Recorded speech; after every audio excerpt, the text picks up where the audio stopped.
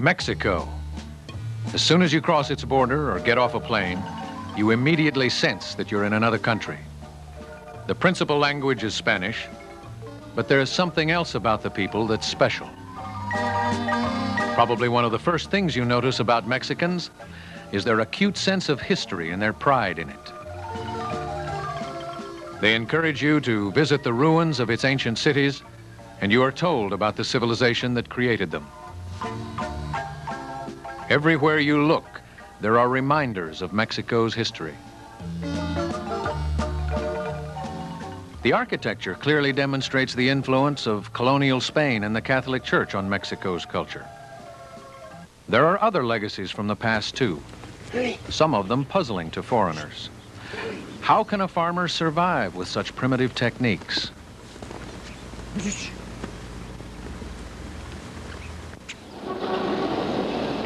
Mexico City is the embodiment of contrasts.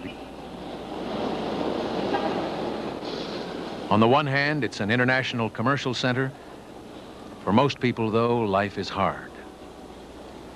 The city is a magnet, attracting job seekers from the countryside.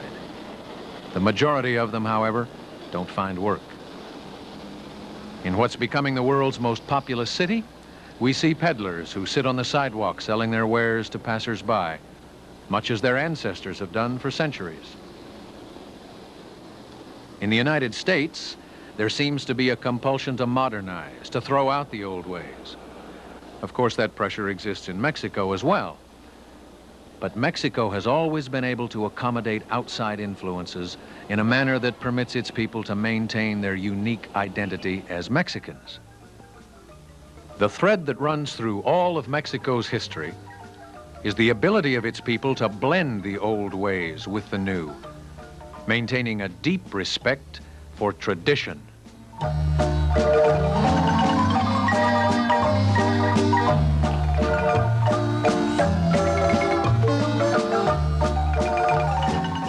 That tradition is rooted in the indigenous population of Mexico. And to understand some of its power, the people of the southern states of Oaxaca and Chiapas provide some clues. One of the oldest cities in Mexico is San Cristobal de las Casas in the state of Chiapas. The conquistadores, or the conquerors of America, established the town as Villa Real on a Maya settlement in 1528. As you travel through southern Mexico today, you will probably be struck with two impressions of the Indians. One is the strength of their traditional culture. The other is that they seem terribly poor.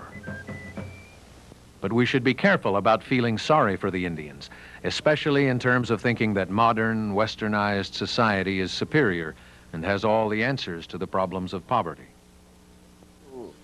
No. One person who sees a danger in what modern society is doing to the Indians is Gertrude Duby Blom, a Swiss journalist and Indian rights activist who came to Mexico in 1940. Known to her friends as Trudy, she is now in her mid-80s and is still active in fighting for Indian rights. We come like a tank, tractors, into their pueblos, into their land. She and her husband, Franz Blom, established a residence in San Cristobal called Nabolom, the House of the Jaguar. It's operated today as a guest house for tourists, journalists, and scholars who want to learn about the Indians of Chiapas. People come to Nabolom from all over the world to study the Mayan culture and to meet Trudy. Her original purpose in coming to Mexico was to lead escapees out of fascist-dominated Europe. But even before she got to Mexico, she was fascinated by its Indians. Well, I read about them. When I came over to the United States in 1940, I had a book by Jacques Soustelle, the French anthropologist, about Mexico, mostly Chiapas and the Lacandones, and I decided to go, and I would go to Mexico I was 6 months. In 1943, she met and married Franz Blom, an archaeologist and mapmaker. Together, they went on numerous expeditions, documenting the life and history of many Mayan Indian groups in southern Mexico, especially the Lacandon Indians. What was special about the Lacandon Mayas was that unlike most Indians in Mexico, they lived in lowland jungles that were too severe for the conquistadores to explore. The Lacandones were not influenced by outsiders until this century. France died in 1963, but Trudy remained in Mexico. Her humanitarian work with the Lacandon Indians has gained her the respect of all Mexicans. Trudy's photographs are documents of the centuries-old Lacandon culture and its threatened destruction during the last 40 years by slash-and-burn farming, deforestation, and other intrusions from the outside. Sadly, she admits that some of the old ways are being lost. You know, you cannot force any person to keep tradition they don't want to keep. We cannot force an Indian to tell him, you should keep your beautiful costume when he wants to put our ugly clothes on. That's his right to do. We cannot intervene in that sense. If he wants to use only a car and not walk anymore, which he did and was healthy, well, go around the corner to buy some cigarettes in a car. What can we do again? We brought it in. Trudy wants the outside world to know about Indian traditions, perhaps in the hope that those who seek to bring about change will be sensitive to Indian needs. One way you can begin to appreciate the importance of tradition to Indian life today is to attend a festival in an Indian town. In Chenaló, about 2 hours from San Cristobal, the Festival of St. Peter is held at the end of June each year. The activities begin early. Indians from Chenaló and the neighboring village of Mitontic gather at dawn. These are Mayan Indians, but unlike the Lacandon Mayas, who were isolated in the lowland forests of Chiapas during colonial days, ancestors of these highland people were heavily influenced by Spain and the Catholic Church. Each Indian town took a Catholic saint as its patron. The patron saint of the Chenaló is St. Peter. The special feature of this festival is that residents of the village of Mitontic carry their town's patron, St. Michael, to visit St. Peter on his day. During that visit, St. Peter and St. Michael symbolically greet each other and thereby rekindle the friendship of the two villages. Bueno, estas fiestas son tradicionales. Jacinto Arias is a Mexican government official who heads an agriculture development agency in San Cristobal.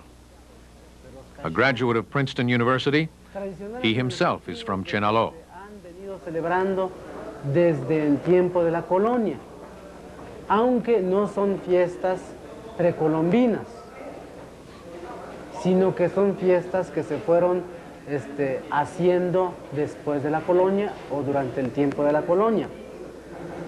En estas fiestas se celebra principalmente algunos santos.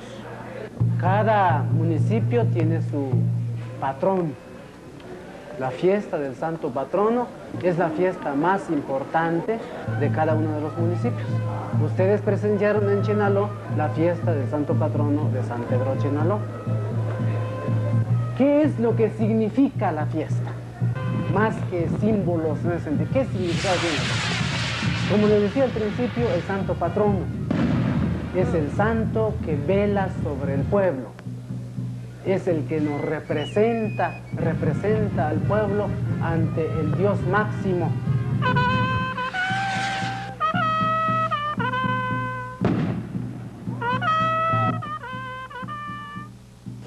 Los que cargan la fiesta, que son los alférez, los capitanes, los mayordomos, son los que cargan las festividades religiosas. Entonces, en ese sentido son los representantes del pueblo. Si la persona, por ejemplo, al tomar la responsabilidad no cumple con sus obligaciones, no es nada más responsabilidad suya y las consecuencias no nada más le vienen a él, sino que también son consecuencias que pueden venir sobre el pueblo. ¿Cuáles podrían ser? Podrían ser hambre, enfermedad, diversos tipos de males, como sería la invasión externa, etc. Todo esto es lo que hay que evitar y para eso son las fiestas del patrón. As strong as these traditions are, economic pressures and other circumstances over which Indians have little control have nevertheless eroded many of their values and traditions. Natural dyes had died out about 30, 40 years ago. People have forgotten completely how to do that. Chip Morris is an American who came to Chiapas over a decade ago to study weaving. With a woman from here in town, and experimenting with plants and experimenting with everything possible, and eventually developed a whole range of colors that could be used, which is very fortunate because in Mexico you cannot buy commercial wool yarns. Mexican factories only produce acrylic yarns. In 1975, he helped establish a government-supported cooperative where weavers could recover their traditional techniques. The co-op focuses on the most traditional goods. The co-op found that the things that were most interesting to weave and the things that would sell the best were the oldest styles, the most intricate weaves, the most delicate patterns. These patterns are very old. Although the oldest cloth in Chiapas is only about 100 years old, the designs themselves can be traced back for over 1,000 years. Today, some 3,000 weavers make and sell their products through the co-op store. It now functions by itself, which is very nice. It's a successful project.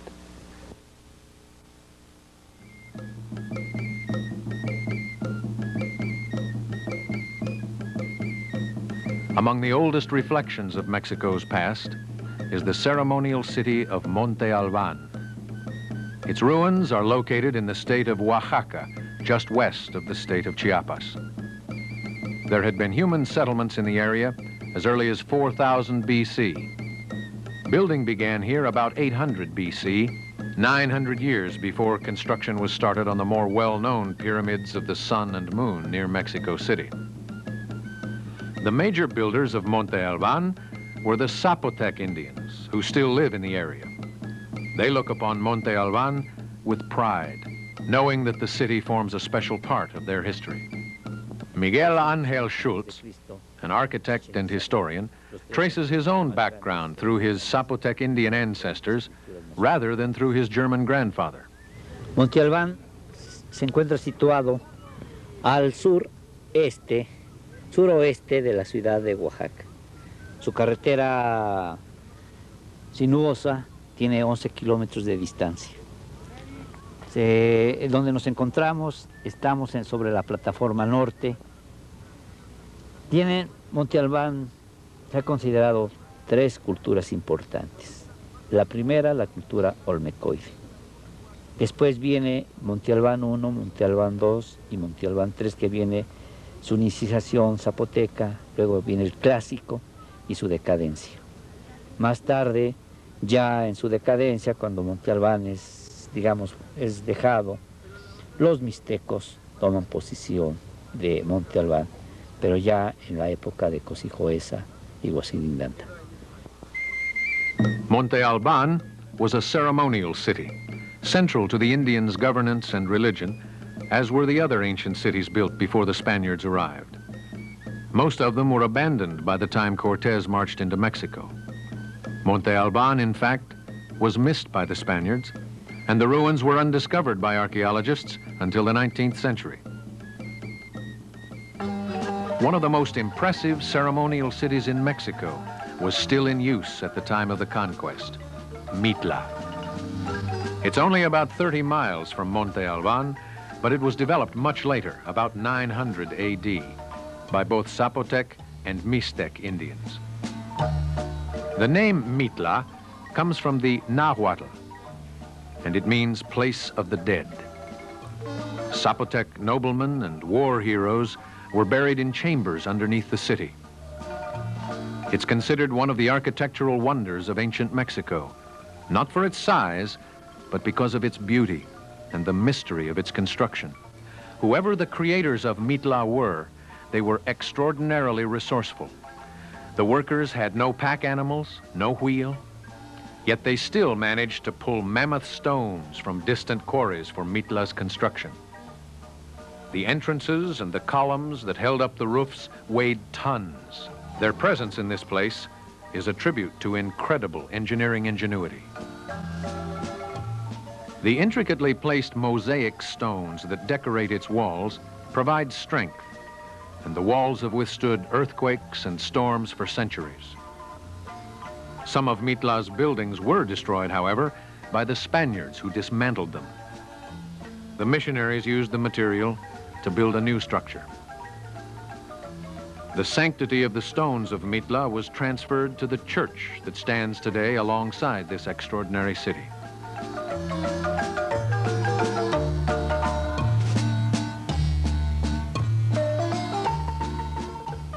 The use of parts from Indian shrines to build churches was a common practice during the colonial period. In a town near Mitla called Teotitlan del Valle, the church was partly constructed with stones from one of those shrines.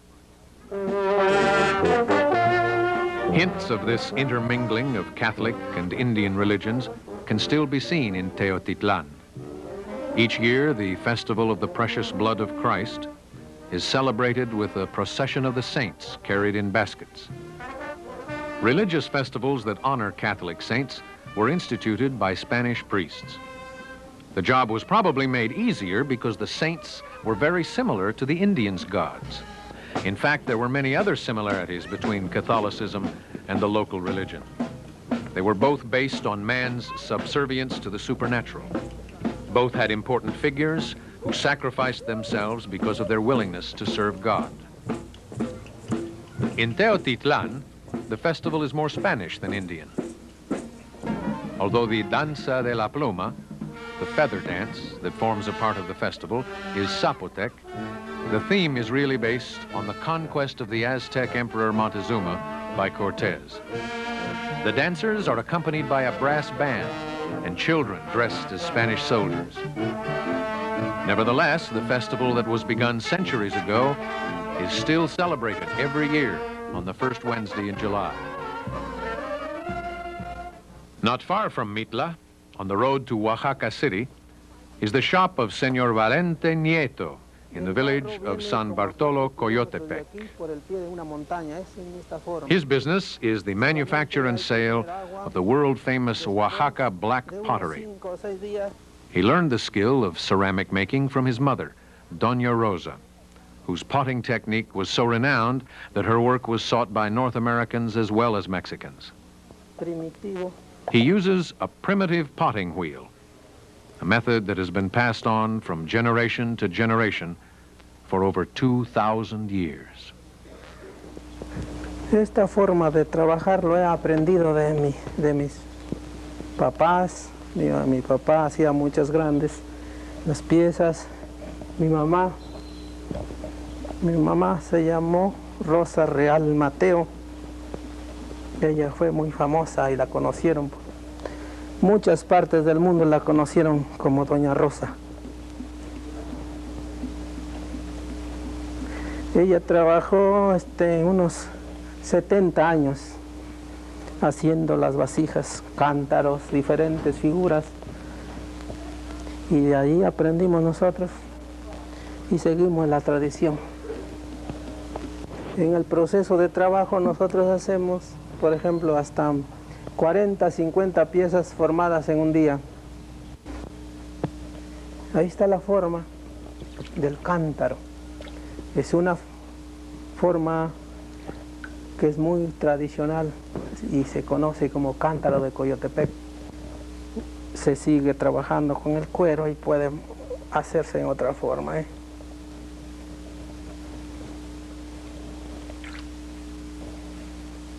Ahí tienen otra forma que es un jarro. Through Doña Rosa and her careful nurturing of the traditional skills passed down to her and then passed on to her son, people today have a personal contact with the beauty of Mexico's past. The preservation of traditional practices for their own sake in the modern world is not easy. They somehow have to work if they are to survive. In Chiapas, a cooperative was the way to fit traditional weaving into the 20th century economic system in Mexico. In Teotitlán del Valle, where manufacture of rugs and tapestries is the primary occupation, mechanical looms were introduced so that the weaving would be more efficient. Many old techniques, however, are still in use. The businesses are family-run, handed down from generation to generation. Yo me acuerdo desde que tenía yo, digamos, 7 años, empecé yo a aprender a cardar la lana. Después empecé a aprender a hilar. Y así fue como empecé yo a trabajar pues en la artesanía. Y ya cuando cumplí yo mis 12 años, fue cuando me empezaron a enseñar a hacer así tapetes sencillos. Es como yo empecé. To hand down from parent to child values and traditions is something that goes on all over the world. In Mexico, as in Illinois or New England, the experience gained over generations is passed on. In the United States, though, traditions are sometimes thrown out and replaced by a trendy idea just because it's new. Of course, Mexicans are not immune to outside influences or new ways to get things done. Nevertheless, many of the old ways endure, especially when it comes to getting through the day.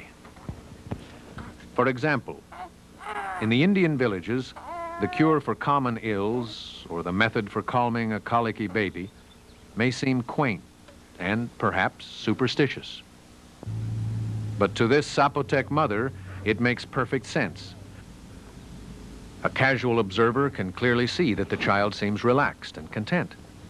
Its mother's belief that her use of an herb and a turkey egg is responsible for making her baby better is perhaps no more irrational than modern parents' belief that exposing their infants to Beethoven or Bach or to show them numbered flashcards will make them prodigies in music or mathematics. The tradition that almost everyone agrees works very well is the marketplace. The market has been a center for trade and social gatherings since pre-conquest Mexico, when the organizational and political strength of a town was measured by its market. There are two basic types of markets. The first type is the daily market, like this one in Oaxaca City. Merchants are on duty every day to serve shoppers.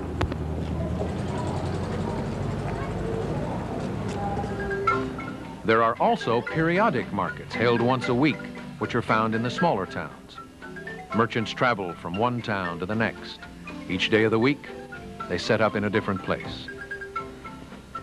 The market area is owned by the municipalities, and each merchant is taxed, actually pays rent, for his space. These rents form a substantial part of municipal revenue. Mexican markets still exist as they have for centuries because they are practical. There is also the sentiment that other traditions must be preserved because they are beautiful and they make a spiritual link to the past. Dance is the one that has caught the popular imagination. In the state of Oaxaca alone, there are over 100 folk dance groups. One of the newest is a group called Cimatl, an Indian word that means roots. Its director and choreographer is Fidel Silva. Yo soy el encargado hasta el momento del taller de danza mexicana. Estudié en la Ciudad de México en el Instituto Nacional de Bellas Artes, en la Escuela Nacional de Danza Folclórica. Depende de la Secretaría de Educación Pública y del Instituto Nacional de Bellas Artes de México. En esta escuela a nosotros nos dan elementos y técnica para desglosar los diferentes pasos que predominan en la danza mexicana.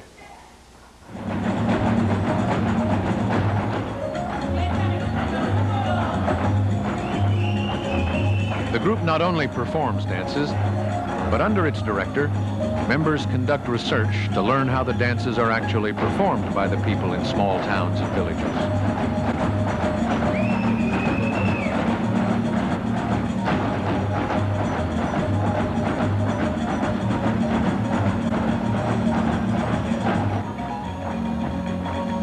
Dancing is something almost everyone does. Each region of the country has its own special dances that reflect the culture of those who live there. One of the characteristics of the organized dance groups is that they learn dances from throughout Mexico. The presentations are designed to tell the Mexican people about themselves and about their countrymen. This is so important to Mexico that the study of folk dance is supported by the national government. When most people travel to Mexico, they certainly discover things that they have not before known or seen. Sometimes they see just what lies on the surface, but the pleasure of the trip is in the discovery of what lies below the surface, and perhaps in the discovery that something of value can be learned.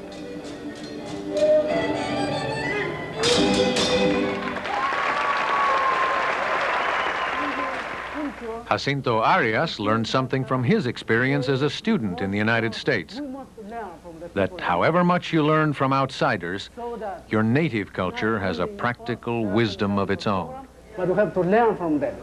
If I try to do some programs among the Indians, we have to observe. I have to observe whether it is okay for them or not. But they have to tell me. They will say this is okay, this is not okay. And do what they want us to do, not what we want to do to them. Trudy Blom learned something that the world can take as a lesson. Little Switzerland has 4 languages, and they can live together. Mexico has over 50 language groups, over 50, with subgroups, and we can live together. If the world could learn, if the world could become a unity without losing their own values, it is possible. We have shown it in many countries. If that would be so possible, there we also could be an example.